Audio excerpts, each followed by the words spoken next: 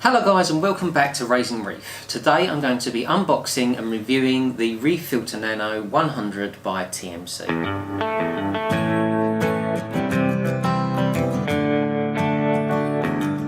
So choosing the right media reactor for your system's needs can be a little bit of a minefield. There are loads of different media reactors out there and I'm going to tell you a little bit about this one so you'll know if this is the right one for you. This little reactor is the Reef Filter Nano 100 by TMC.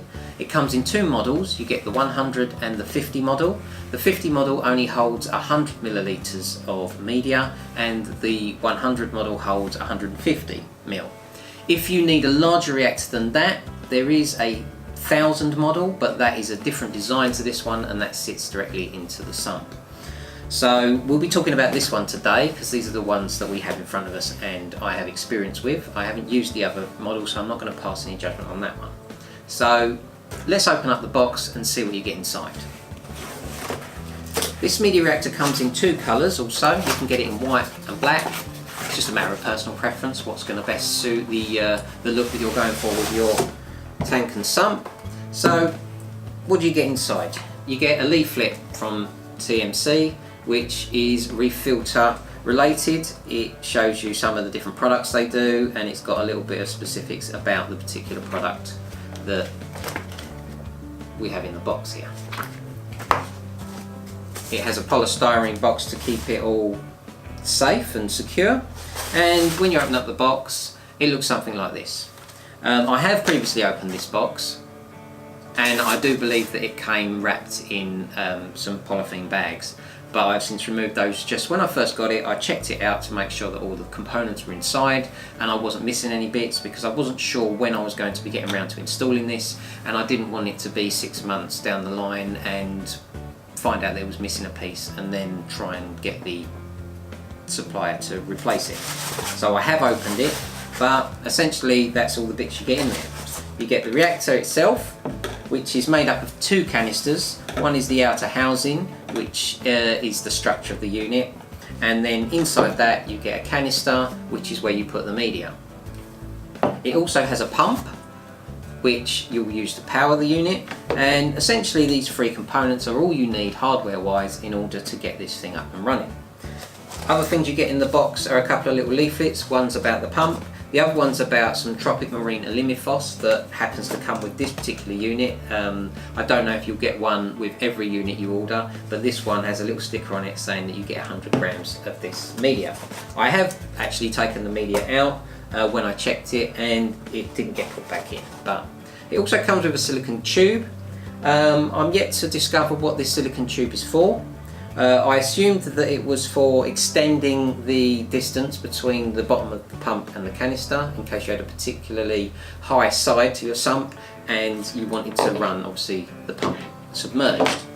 But having looked at it, there is no tight fitting for the pump at this end of the tube.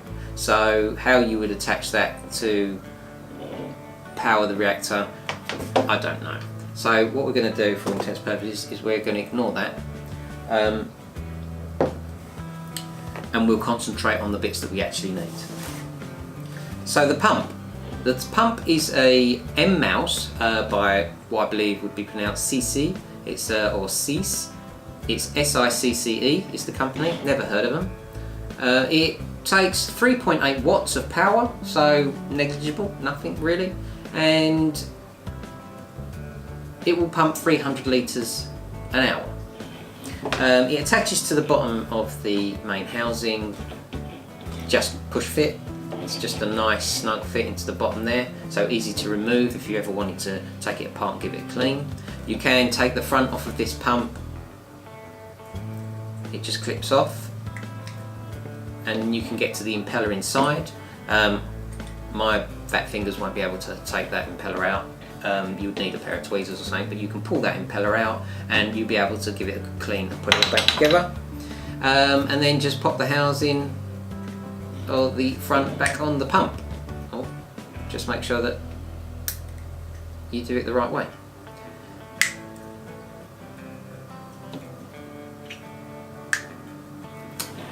This little piece on the front of this pump is an adjustment you can twist it round from minus to maximum, and that will restrict the flow of water that's allowed to pass through the pump. You've also got an adjustment with the canister that fits inside the main housing, and if you slot that into there, at the bottom there is some slots that line up where the water passes into the main chamber, and by rotating the media reactor canister around, you can open and close those valves and let more or less water through the unit. Depending on what media you're using, you will want to fine tune that to best suit your needs. So one of the real plus points of this particular unit is that this doesn't have to be disconnected from the power in order to change the media. You can leave the pump running and you can leave the outer housing in position. It just clips onto the side of your sump, say, or even the side of your tank, and you can just remove the canister from the inside and leave the pump running. It will just push water into the canister and it will then just pass out through the exit holes. Meanwhile, you can take this over to the sink, you can take the top off, you'll be able to remove the sponge. Whether you need to use the sponge is entirely up to you. It will determine whether your media that you're using is going to be small enough to pass through the small holes that allow the water to pass through each end of the filter. If you're using a larger filter, like a larger media like I do, then you won't need to use these. You can just take those out and just fill the whole canister with media. But you can empty the media out, give it a wash, clean it all up, fill it with new media, give it a rinse, pop the top back on, and then you can bring it back and then just slot it back into the unit and the job is done.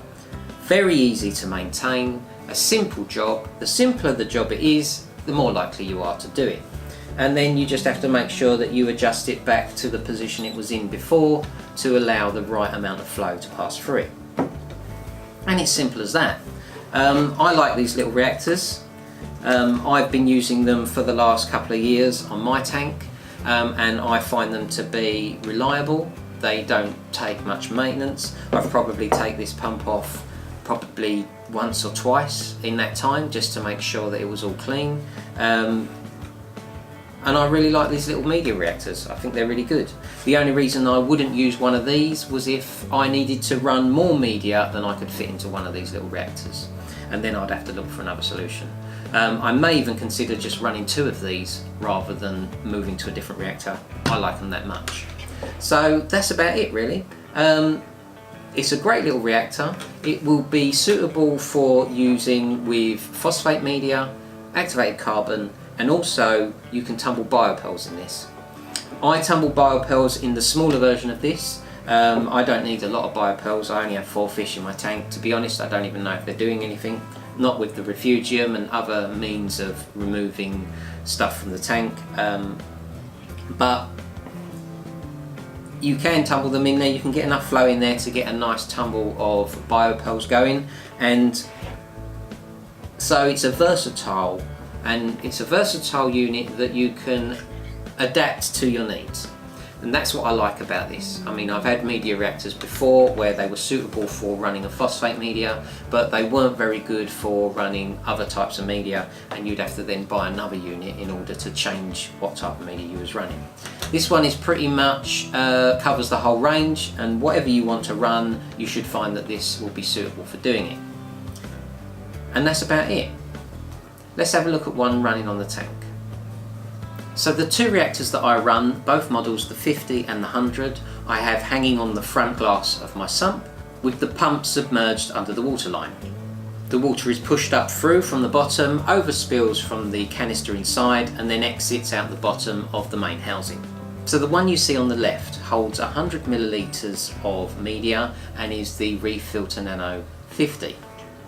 I'm using it to tumble some biopearls, as you can see here. On the right is the Reef Filter Nano 100, which holds 150 milliliters of media.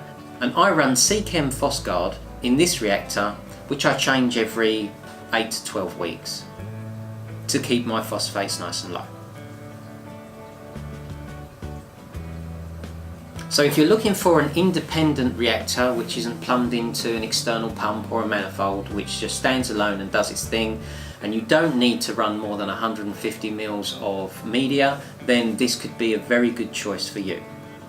I like them a lot, and I've used them for a few years now, and I'm completely happy with the performance that I get out of these little units. They do the job, there's no messing around with them, they're not fiddly, you can just take them apart and clean them, put them back together, and they're as good as new. So well worth your consideration if you're looking for a media reactor to suit this sort of range. And that concludes this unboxing and review of the ReefFilter Nano 100. I hope you found it informative and will make your choice a little bit easier when it comes to buying your next media reactor. Like this video if you found this information useful, subscribe to my channel if you want to see more videos just like this one. Take it easy guys, and I'll see you in the next video.